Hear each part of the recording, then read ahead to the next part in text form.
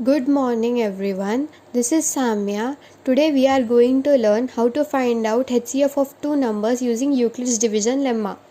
As you can see here, I have placed two numbers which are A and B, and A is greater than B. So we shall divide A with B. So you can see that I have placed one block of B under A, but still there is some space left and it cannot divide it completely. So we shall place still some blocks of B so that it will divide A completely.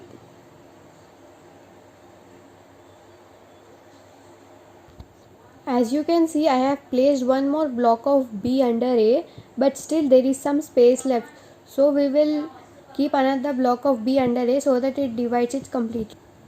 As you can see, when I kept another block of B under A, it exceeds A. So that we can say that B is not a factor of A. So we need to find a small number than B that divides B completely and also A. Here you can see that C is the remainder. So now we should divide C with B so that it will divide A completely and also B.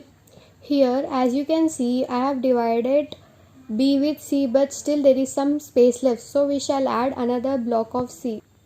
As you can see, when I added another block of C to divide with B, it exceeds B.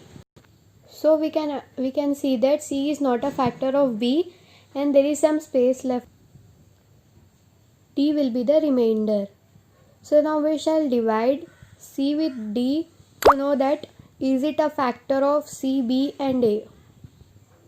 Here you can see that D divides C completely and it will also divide B completely and will also divide A completely. So we can say that D is the highest common factor of A, B, C.